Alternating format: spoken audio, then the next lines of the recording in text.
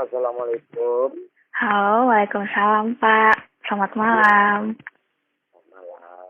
Ya Pak, kenalkan saya Waninda Sari, anggota Duta Damai Sumut. Ya, Ya, nah jadi kan Pak, ada juga tuh Pak, kata pepatah tak kenal maka tak sayang. Nah jadi boleh dong Pak, Bapak perkenalkan diri dulu Pak. iya baik. Nama saya Dr. Andes Ishak Ibrahim MA. Cukup dipanggil Pak Ishak saja. Saya Ketua SKPT Provinsi Sumatera Utara. Forum Koordinasi Pencegahan Terorisme Provinsi Sumatera Utara. Saya sehari-hari bekerja di Fakultas Syariah dan Hukum UIN Sumatera Utara sebagai dosen hukum pidana Islam. Sekedar perkenalan. Oke Pak, baik Pak. Berarti saya bisa panggil Pak Ishak ya Pak ya? Iya. Ya, oke.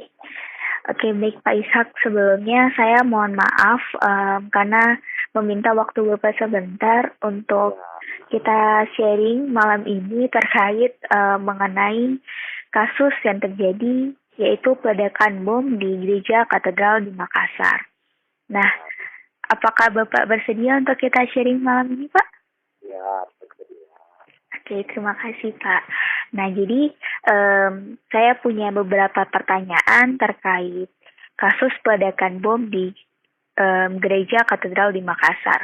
Nah, Silakan.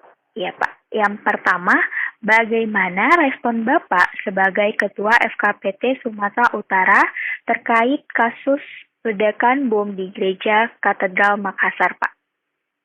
Baik. Sebagai Ketua SKPT Provinsi Sumatera Utara yang memang kita concern dari awal untuk melakukan upaya-upaya pencegahan tindakan-tindakan radikalisme dan terorisme di kalangan masyarakat, baik itu pelajar, mahasiswa maupun masyarakat umum.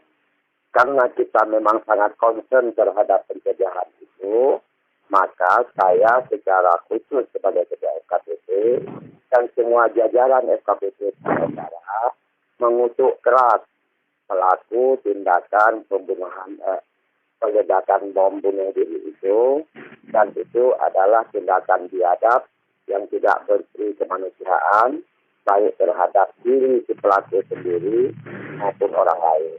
Makanya kami selalu mengatakan bahwa tindakan radikalisme dan terorisme itu adalah extraordinary crime. Apa itu extraordinary crime? Adalah kejahatan luar biasa yang tidak melihat agama, tidak melihat suku, tidak melihat bangsa, bahkan tidak melihat usia. Bisa saja terhadap anak-anak, terhadap remaja, dewasa, maupun terhadap orang-orang tua tanpa melihat jenis kelamin laki-laki dan perempuan. Makanya kita sangat mengutuk tindakan-tindakan yang bersifat extraordinary crime itu sendiri. Oke Pak, berarti respon yang Bapak berikan adalah respon secara tegas ya Pak untuk kasus untuk kasus itu ya Pak ya. Ya benar. Nah, lalu Pak, apa sih tanggapan Bapak mengenai penyebaran foto dan video yang ada di media sosial terkait dengan peledakan bom di Gereja Katedral Makassar, Pak? Baik. Tentang pelaku sharing video itu, menyebar video itu, sebenarnya kita sangat menyayangkan. Kenapa sangat menyayangkan? Itu ada upaya-upaya sistematis.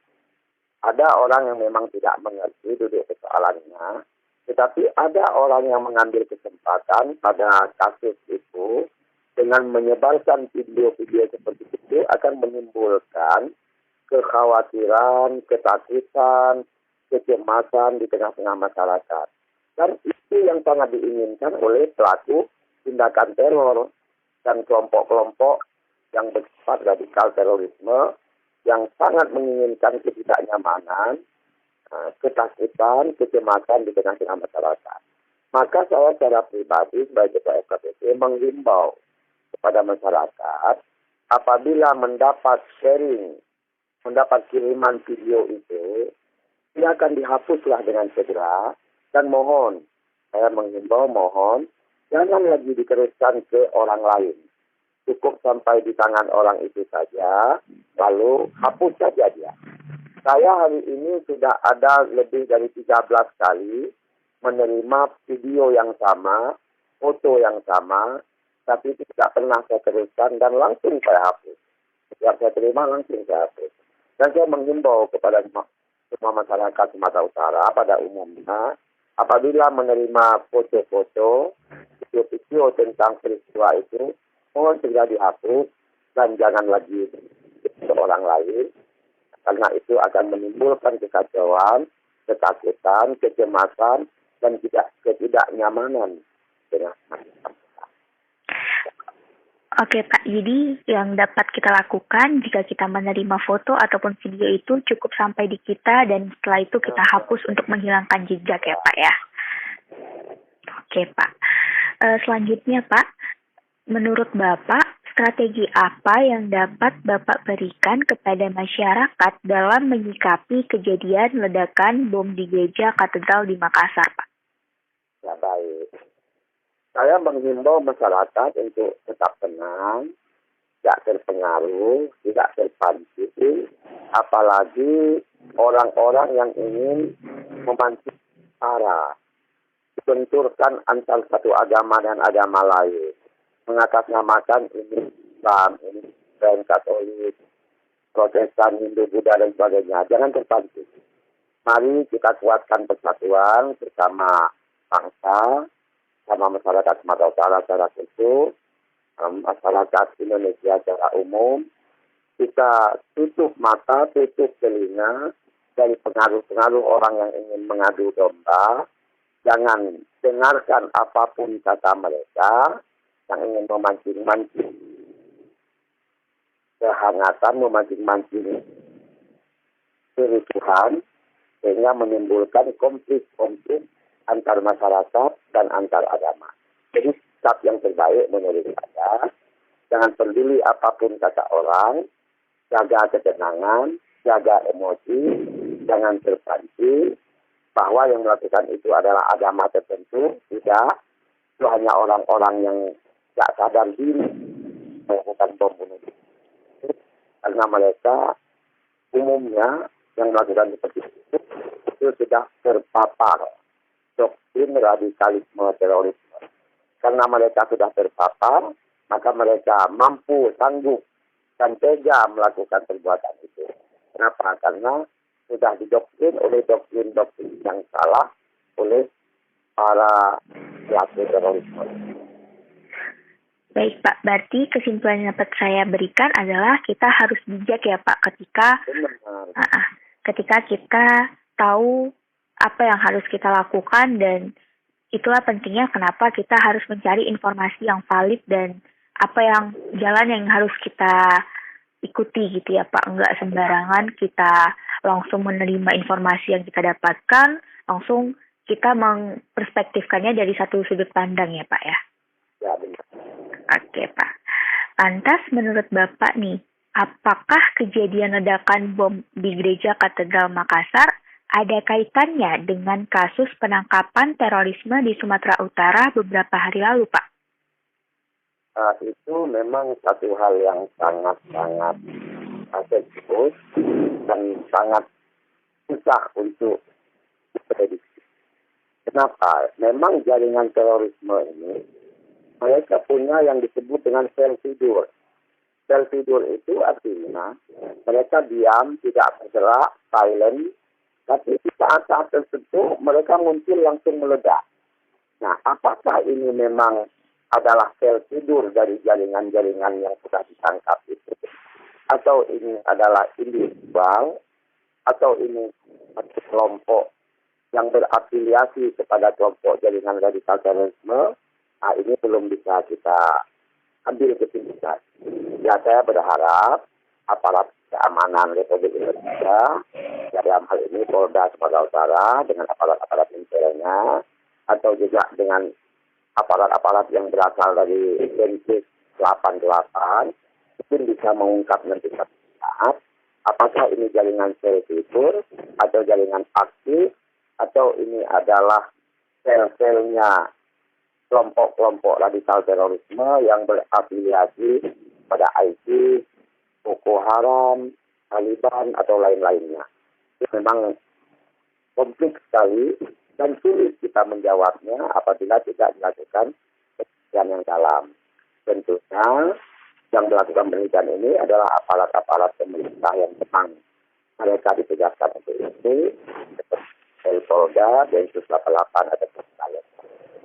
Jadi harapan saya tunggu saja hasil dari dan aparatur pemerintah, dan insya Allah nanti akan mereka umumkan selnya kemana, jaringannya kemana, beraplikasi kemana, akan mendapat jawaban.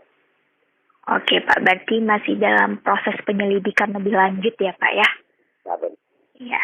Oke, tadi saya sudah bertanya mengenai respon Bapak bagaimana, mengenai tanggapan, mengenai strategi, dan mengenai kaitan dengan penangkapan terorisme di Sumatera Utara. Nah, yang terakhir ini Pak, apa pesan yang ingin Bapak sampaikan selaku Ketua FKPT Sumatera Utara kepada masyarakat Sumatera Utara terkait kasus peledakan bom di Gereja Katedral Makassar? Jadi pesan saya sebagai Ketua FKPT Sumatera Utara kepada masyarakat khususnya di Provinsi Sumatera Utara, mari kita rapatkan barisan, kita aktifkan sel-sel kekeluargaan, hubungan kekeluargaan atau KHISIP dengan merapatkan barisan dan mengaktifkan hubungan kekeluargaan bersama masyarakat. Mari terus kita pantau setiap gerak-gerik orang tertentu. Apabila melihat ada orang-orang tertentu yang melakukan gerak-gerik yang mencurigakan, mohon segera dilaporkan kepada aparatur pemerintah, dalam hal ini kepolisian Filipina, dan 88 atau juga ke FKPT Sumatera Utara. Dengan demikian, saya selaku Ketua FKPT Sumatera Utara berharap masyarakat semua dapat ambil bagian, dapat andil dalam menciptakan kenyamanan, keselamatan di Sumatera Utara ini. Ya, kita berharap tidak ada peristiwa seperti itu terjadi di Sumatera Utara, berkat kerjasama seluruh lapisan masyarakat Sumatera Utara, bahu-membahu untuk selalu merapatkan barisan persaudaraan, melihat gerak-gerik orang-orang tertentu, dan selalu melakukan musyawarah tengah-tengah masyarakat, sehingga kesatuan dan kebersamaan masyarakat Sumatera Utara itu dapat terjalin dengan baik, sehingga kita harapkan tidak terjadi kasus seperti itu di Sumatera Utara. Baik Pak, berarti kita perlu adanya kerjasama yang baik ya Pak untuk mendapatkan kenyamanan ya Pak. Oke Pak. Nah, tadi udah ada beberapa pertanyaan yang telah saya sampaikan. Saya mengucapkan terima kasih banyak atas waktu yang telah Bapak berikan. Satu kehormatan bagi saya karena saya dapat sharing malam ini dengan Bapak Ishak, selaku Ketua FKPT Sumatera Utara. Semoga kita dapat bertemu di lain kesempatan lagi ya Pak. Amin, amin. Ya. Insyaallah. Mungkin kita ketemu nanti di hotelnya Jara mungkin. Iya Pak, insyaallah. Kita damai ya kan? Iya Pak. Sehat selalu ya Pak. Selamat malam Pak. Ya. Assalamualaikum Pak. Waalaikumsalam warahmatullahi wabarakatuh.